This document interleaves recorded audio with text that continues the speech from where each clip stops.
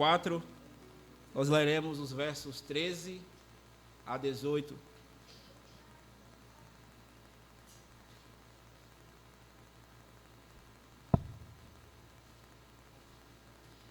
Primeira carta de Paulo aos Tessalonicenses, capítulo 4, versículos 13 a 18.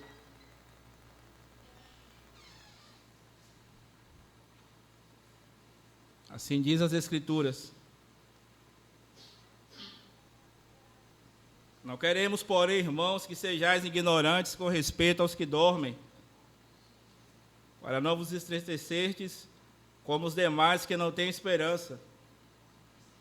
Pois se cremos que Jesus morreu e ressuscitou, assim também Deus, mediante Jesus, trará em sua companhia os que dormem. Ora, ainda vos declaramos por palavra do Senhor isto: nós, os vivos, os que ficarmos até a vinda do Senhor, de modo algum procederemos os que dormem. Porquanto o Senhor mesmo, dada a sua palavra de ordem, ouvida a voz do arcanjo, e ressoada a trombeta de Deus, descerá dos céus, e os mortos em Cristo ressuscitarão primeiro. Depois, nós, os vivos, os que ficarmos, seremos arrebatados juntamente com eles entre nuvens, para o encontro do Senhor nos ares, e assim estaremos para sempre com o Senhor. Consolai-vos, pois, uns aos outros com estas palavras. Até aqui a leitura das Escrituras. Meus irmãos, antes de nós nos adentrarmos especificamente nos versos que nós lemos, é importante que nós façamos uma breve síntese a respeito desta carta, informações importantes para nós. Quero começar dizendo que Paulo, como já dissemos anteriormente, é o autor desta carta. E ele a escreve com o propósito de que os irmãos fossem santos e irrepreensíveis até a volta de Jesus. A volta de Jesus é o tema central desta carta, e tudo que o apóstolo Paulo escreve está ligado a este tema máter desta carta. Esta carta está dividida da seguinte forma: dos capítulos 1 ao 3, Paulo vai mostrar como o evangelho chegou a Tessalônica. Dos capítulos 4 ao 5, Paulo vai mostrar como a igreja deveria permanecer no evangelho que outrora eles receberam. Então, dos capítulos 1 ao 3, Paulo vai falar da recepção quanto a este evangelho. Dos capítulos 4 a 5, Paulo vai falar da permanência neste evangelho. Posto isso, nós vamos agora meditar naquilo que lemos anteriormente. Nós vamos meditar como obter esperança e consolo na volta de Jesus Cristo. Em primeiro lugar, no verso 13, deixe a Escritura transformar sua ignorância diante da morte em esperança viva. Em segundo lugar, verso 14, confie na morte e ressurreição de Cristo como garantia da sua própria ressurreição. Em terceiro lugar, dos versos 15 ao 17, creia na Escritura acerca da ordem e certeza dos eventos da volta de Cristo. Em quarto lugar, verso 18, console e edifique os seus irmãos com a esperança bendita. Posto isso, meus irmãos, nós vamos propriamente agora nos adentrarmos nestes versos. Paulo começa o verso 13 da seguinte forma: Não queremos, porém, irmãos, que sejais ignorantes. Meus irmãos, esta é uma expressão muito peculiar do apóstolo Paulo. Toda vez que o apóstolo Paulo ele vai trabalhar as suas cartas e ele vai utilizar esta expressão, não quero que sejais ignorantes ou que ignores, o apóstolo Paulo ele está dando ênfase a um assunto de extrema importância. É como se ele estivesse dizendo: preste muita atenção no que eu vou dizer, isto é de extrema importância. E ele não faz isso aqui apenas na carta aos Tessalonicenses. Ele faz isso também em 1 Coríntios, capítulo 10, versículo 1. ele vai usar também esta mesma expressão para que os irmãos não sejais ignorantes, quando ele vai exortar os seus leitores, a igreja de Corinto, quanto à liberdade cristã. Os irmãos estavam adentrando pela libertinagem e estavam confundindo as coisas. E Paulo pede para que eles não ignorem o fato de que os nossos pais estiveram sob a nuvem e de que os nossos pais atravessaram o mar. Outrora, todavia, alguns se perderam porque entraram pelo caminho da desobediência. Paulo está dizendo, prestem atenção nisso. Não ignoreis este fato que aconteceu com os nossos pais. Mas não apenas em 1 Coríntios, Paulo vai usar esta expressão. Em Romanos, ele também vai chamar a atenção dos seus leitores e ele vai usar esta mesma expressão. E o que ele vai dizer? Ora, irmãos, não quero que ignores. Ignores o quê? O fato, o desejo que eu tenho de estar entre vocês.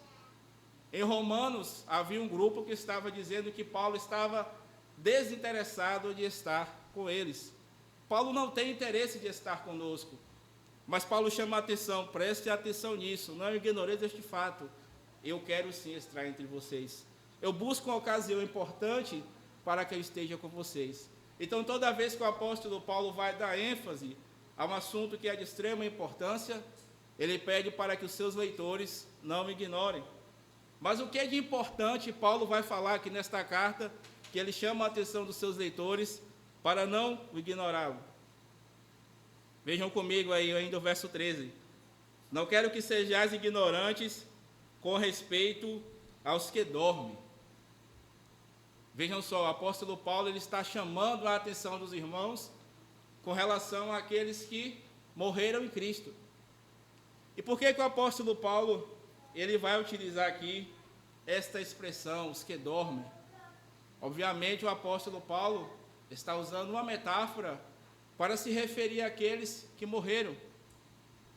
Todavia é importante nós falarmos que, ao lermos esta passagem, parece que Paulo está afirmando uma doutrina defendida por algumas correntes.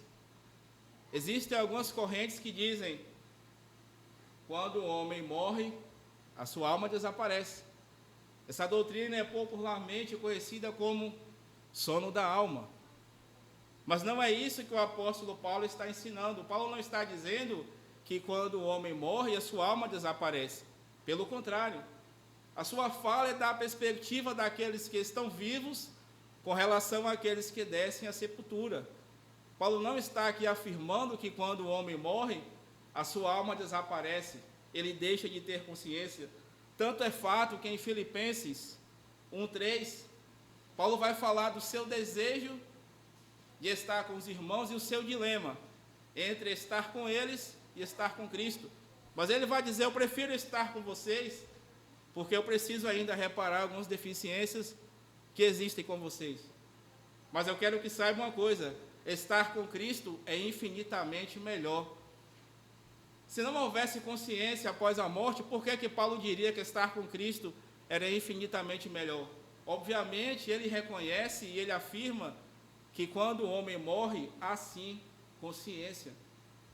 E esta verdade é confirmada pelo apóstolo João, no capítulo 6, verso 10, quando ele descreve que a alma dos santos estão clamando pela justiça divina.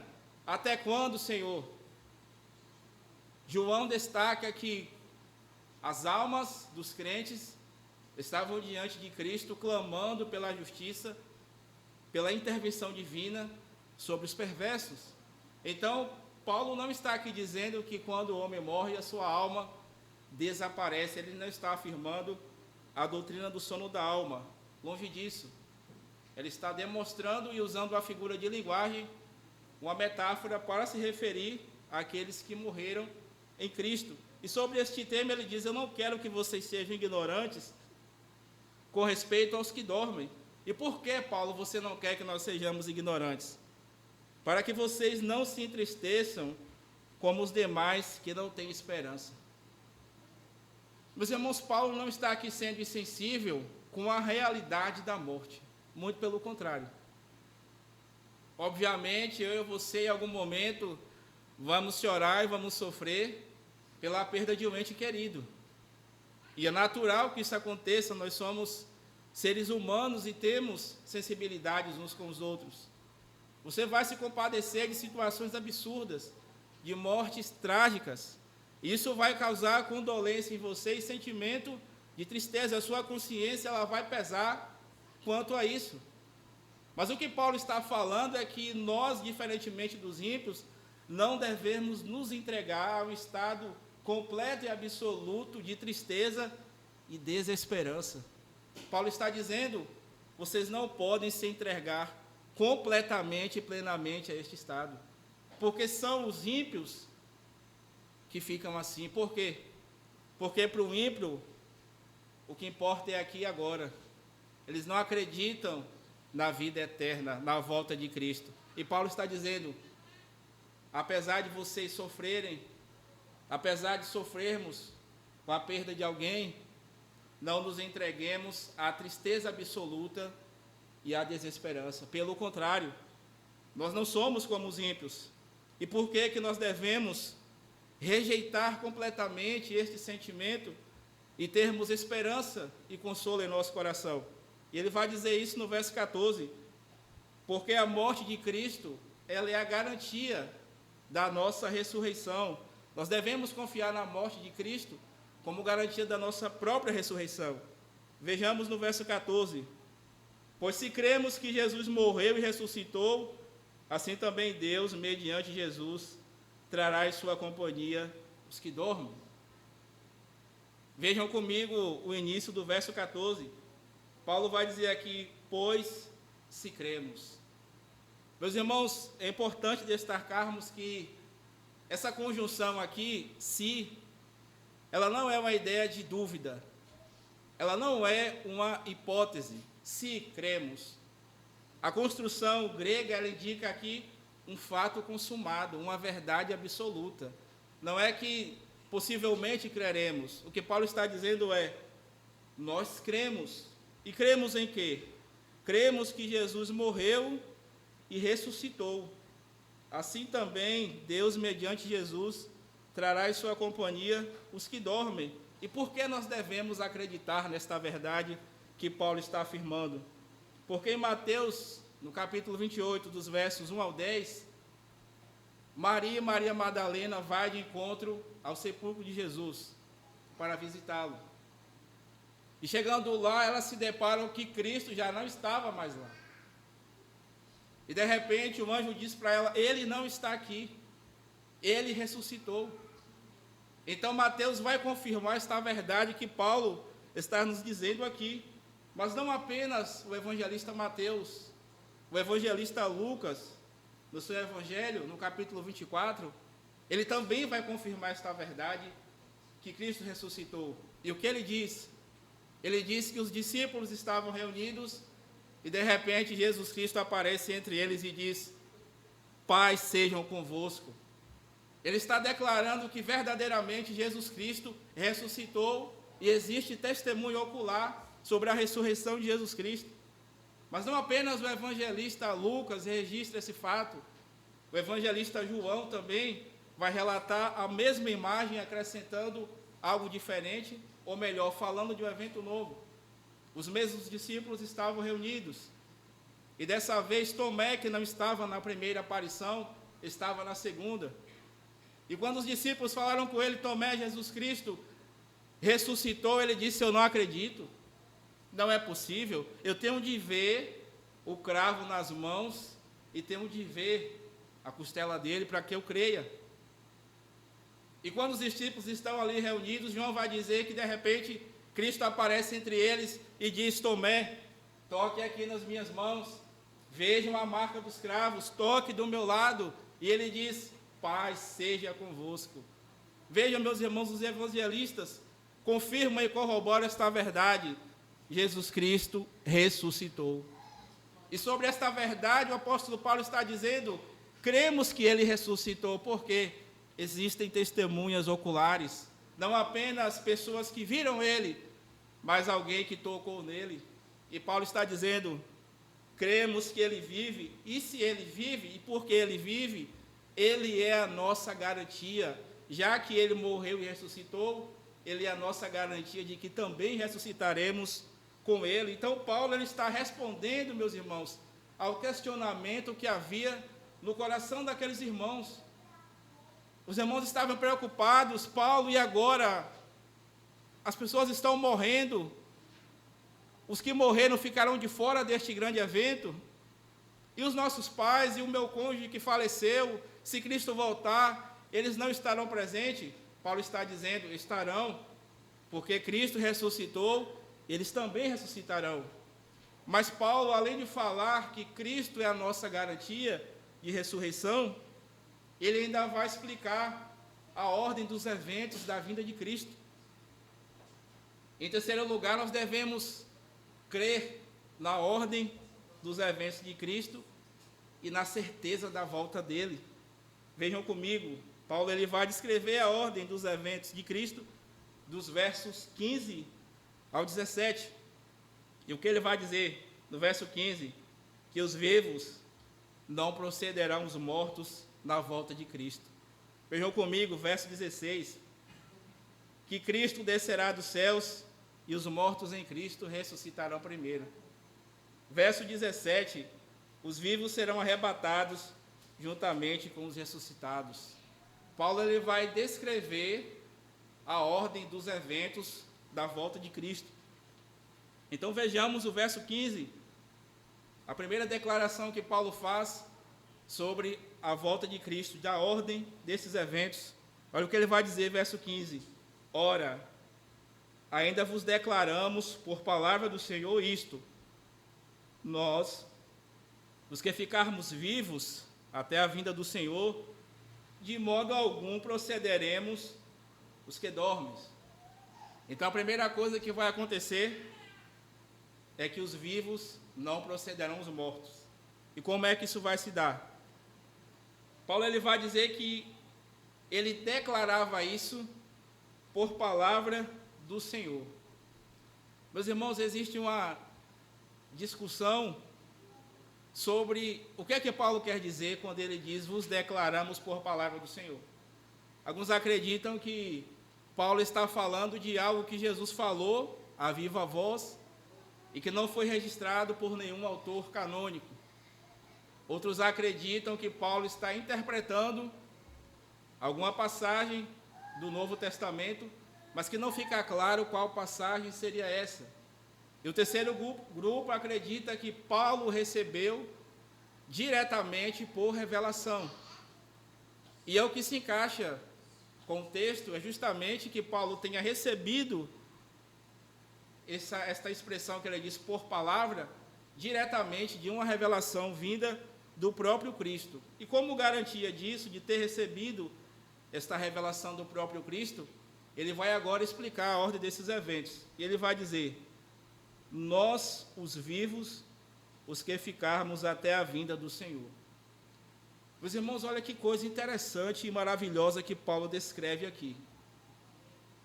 Paulo ele tinha a expectativa na volta de Cristo nos seus dias. Ele não afirma com certeza que este fato aconteceria nos seus dias. Mas a maneira gramatical que ele descreve o texto deixa claro para nós que havia por parte dele a expectativa de que Cristo retornasse nos dias dele. E por isso que ele vai usar essa expressão, que nós, o que ficarmos vivos até a vinda do Senhor. Meus irmãos, em algum momento você já parou para pensar que Cristo pode retornar a qualquer momento? Em alguma ocasião da sua vida, durante esta correria que nós temos hoje, em que todas as coisas sufocam a nossa mente e nos levam para longe das coisas espirituais, você já se pegou pensando, e se Cristo voltar agora? Essa é uma realidade que deve estar patente dentro do nosso coração. Porque às vezes, como cristãos, nós vivemos a nossa vida como se Cristo fosse voltar daqui a 1000 anos. Nós não sabemos em que momento Cristo ele retornará para buscar os seus eleitos. Mas e se ele retornar agora, você está pronto? E se neste momento Cristo retornar para buscar os seus, você está pronto para ir com ele? Paulo destaca nós, os que estivermos vivos. Isto implica que ele tinha certeza da sua salvação. E não era uma certeza intelectual vazia, como alguns têm hoje, eu sou reformado, eu sou da IPB. Não. É uma certeza prática. Paulo tinha experiência com Deus e ele vivia a sua vida de modo que Deus era o centro de todas as coisas. E ele declara não meramente por palavra, mas ele declara de coração, nós os vivos.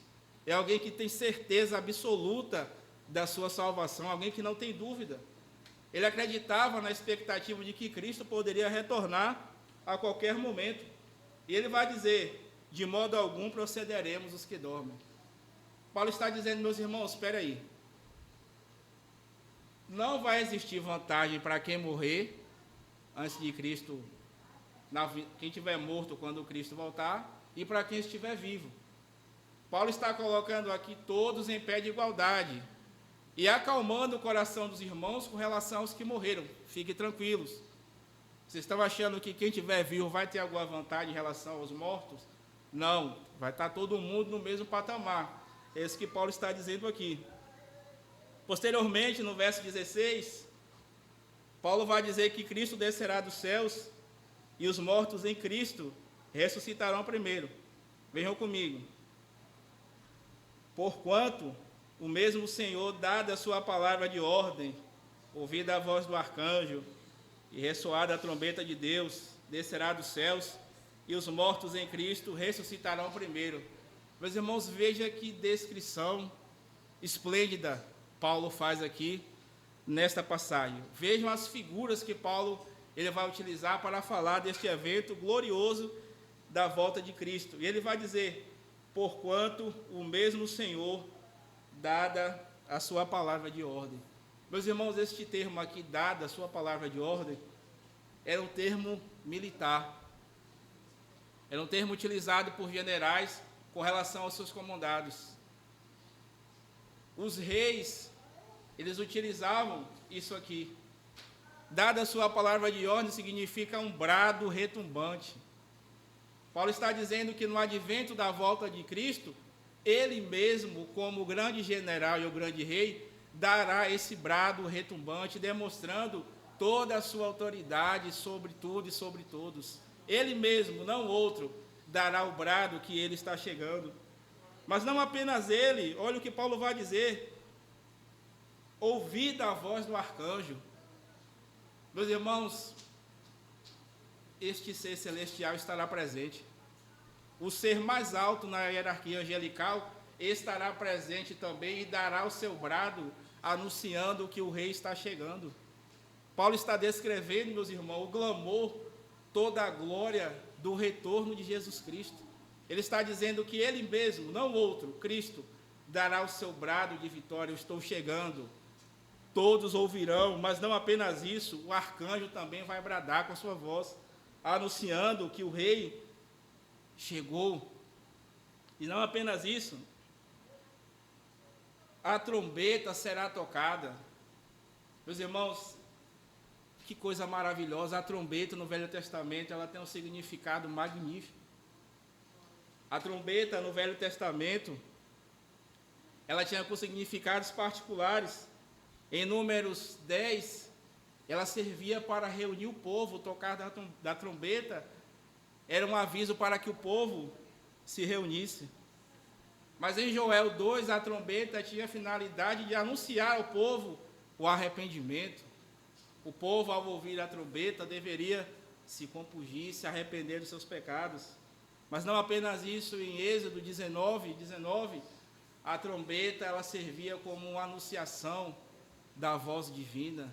Meus irmãos, que coisa maravilhosa Paulo vai descrever aqui, de que esses eventos, essas ações, Cristo bradando, o arcanjo bradando, a trombeta sendo tocada, mostra toda a glória, todo o glamour do retorno de Jesus Cristo. E o que Paulo diz? os mortos em Cristo ressuscitarão primeiro.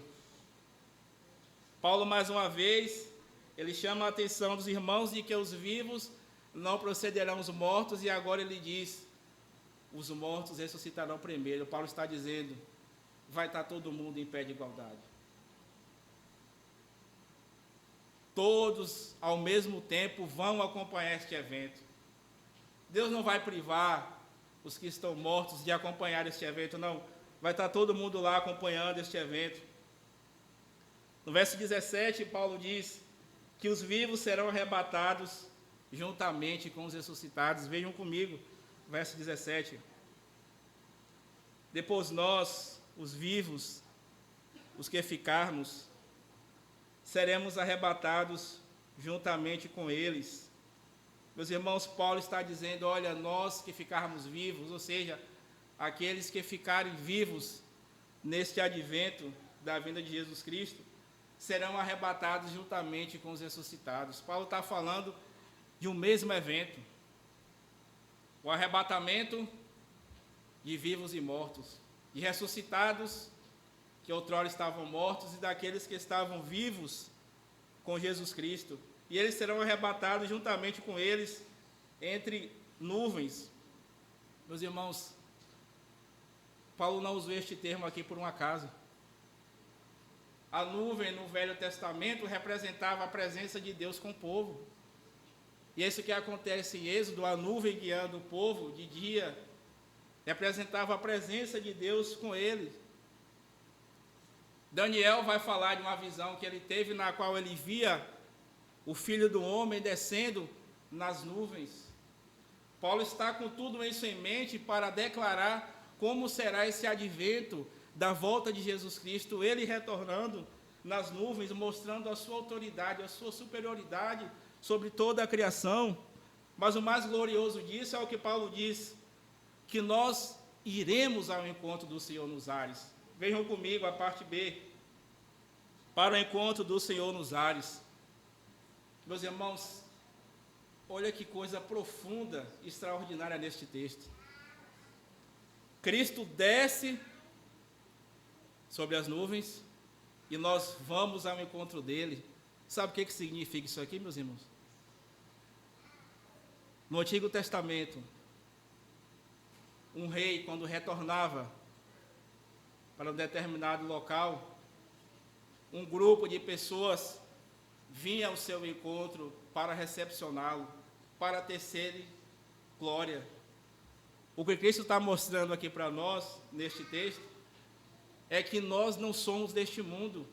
Nós retornaremos para o Senhor. Retornaremos para onde? Para o nosso lar eterno. Esta verdade deve encher o nosso coração de alegria, porque ao mesmo tempo Paulo está dizendo, vocês devem ter esperança, porque vocês não são daqui. O Rei eterno virá e vocês subirão ao encontro dele. Vejam que coisa magnífica, todo olho contemplará a estação, e nós teremos o privilégio de ser súditos do nosso Rei. E vejam como este texto desmonta aquilo que as pessoas acreditam hoje, no mundo religioso, chamá-lo de arrebatamento secreto. Cadê o secreto nisso aqui? Vejam as figuras que Paulo usa, a trombeta, voz de arcanjo, Cristo bradando. Não existe nada secreto aqui. O advento de Cristo vindo sobre as nuvens e a igreja subindo, mostra claramente para um evento universal. Todos, até aqueles que são ateus, umbanda, seja lá o que for, vão contemplar isso aqui, vão ter de se render a este Cristo. E nós estaremos com ele, contemplando a majestade do nosso Mestre. E Paulo está dizendo, nós estaremos para sempre com o Senhor. Meus irmãos, não há nada melhor do que estar para sempre com o Senhor. Nós não temos dimensão do que é para sempre, porque tudo na nossa vida é passageiro. Família é passageiro, filhos são passageiros, trabalho é passageiro, nossa vida é passageira, nós não temos dimensão daquilo que é eterno. Mas Paulo está dizendo, vai chegar o momento em que vocês estarão para sempre com ele. Paulo está falando de uma dimensão incompreensível para nós. O que é eternidade? Não sabemos. A nossa realidade é passageira, mas Paulo está dizendo, vai chegar o momento que é para sempre. Em outras palavras, não haverá tempo. Vocês gozarão eternamente com o Rei eterno. E por fim, Paulo diz, consolai-vos, pois, uns aos outros com estas palavras. Em quarto lugar, nós devemos ser promotores da edificação mútua, da esperança bendita entre os nossos irmãos. Após Paulo falar dessas grandezas maravilhosas que alegram o nosso coração e que nos encha de esperança, nós não devemos ficar com essa esperança e com este consolo para nós mesmos. Paulo diz, consolai-vos.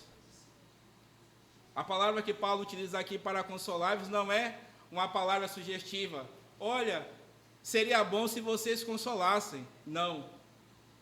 Paulo está usando aqui uma palavra autoritativa. Aqui é um imperativo direto. Vocês devem consolar uns aos outros. E quando isso, Paulo? Eu consolo hoje e amanhã não, mês que vem sim, no outro mês não. A ideia aqui é de uma consolação contínua. A ideia aqui é de que não há intervalo de tempo para esta consolação. O que Paulo está apontando aqui, vocês devem consolar, e isso deve ser continuamente. E como deve ser esse consolo, Paulo? Esse consolo, ele é da coletividade para a individualidade. E ele é da individualidade para a coletividade. Paulo está dizendo, console um irmão, console outro, seja consolado, e esse consolo deve ser repartido entre a igreja para que toda a comunidade de fé seja participante deste consolo. É isso que Paulo está relatando para nós. E como nós devemos consolarmos uns aos outros? Sabe como? Com estas palavras. Quais palavras, Paulo? A realidade da volta de Jesus Cristo. Paulo está dizendo, vai haver entre vocês tristeza, sim. Vai haver entre vocês perdas. Vocês vão perder ente querido, sim. Mas vocês devem consolar-vos uns aos outros mutuamente. Nós devemos ser promotores e agentes da consolação e edificação mútua entre os nossos irmãos. Nós devemos consolarmos uns aos outros com a realidade da volta de Cristo e também com todo o conselho da Escritura. Nós devemos nos voltarmos uns para os outros e animarmos com esta verdade gloriosa para que todos, de igual modo, sejam encalorados por esta verdade plena das Escrituras.